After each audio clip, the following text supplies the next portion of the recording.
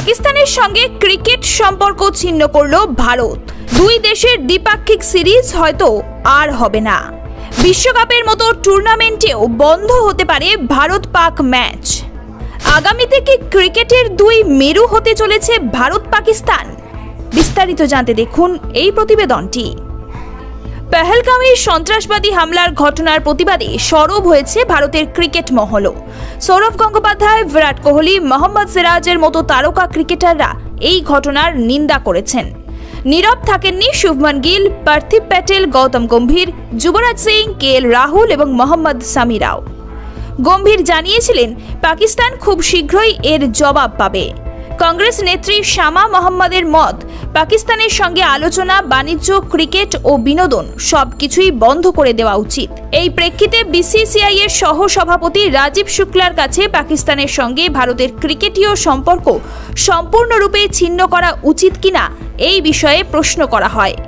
এর উত্তরে তিনি পুরো দায়িত্ব ঠেলে দিয়েছেন আইসিসির কোর্টে।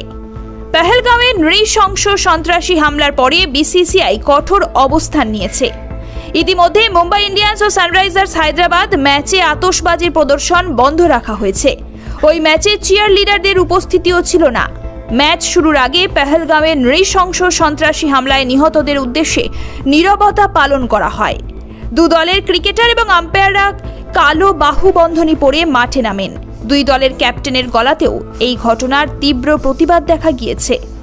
এই পরিস্থিতিতে বিসিসিআই এর সহ সভাপতি রাজীব শুক্লা বলেন, আমরা ক্ষতিগ্রস্তদের পাশে আছি। এই জঘন্য হামলার তীব্র নিন্দা জানাই। সরকার যে সিদ্ধান্ত নেবে আমরা সেটির পূর্ণ সমর্থন করব। আমরা পাকিস্তানের সঙ্গে দ্বিপাক্ষিক সিরিজ খেলি না এবং ভবিষ্যতেও খেলব না।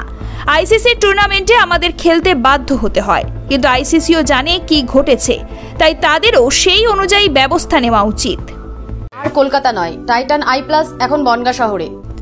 বিসিসিআই সচিব দেবজিৎ সাইকিয়াও পেহেলগাঁওয়ের ভয়াবহ হামলার ঘটনায় গভীর শোক প্রকাশ করে বলেন, এই শোকাবহ সময়ে গোটা ক্রিকেট বিশ্ব ক্ষতিগ্রস্ত পরিবারগুলোর পাশে আছে।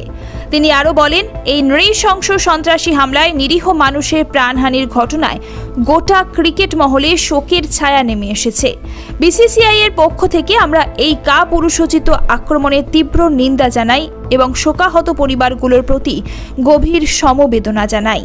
এই কঠিন সময়ে আমরা তাদের পাশে রয়েছি, কিন্তু ভারত সরকার এবার এই বিষয়ে কি সিদ্ধান্ত নেয় সেটাই দেখার। ब्यूरो रिपोर्ट, ई समकालीन। ये टाइटन का सनग्लास है एंड इसमें पावर्ड लेंस भी लगा सकते हैं। আর কলকাতা নয়, টাইটান আই প্লাস এখন বনগাঁ শহরে। চক্ষু পরীক্ষা সহ সানগ্লাস, কন্টাক্ট লেন্স পাওয়া যাচ্ছে বনগাঁর যশোর রোডের নিজস্ব শোরুমে।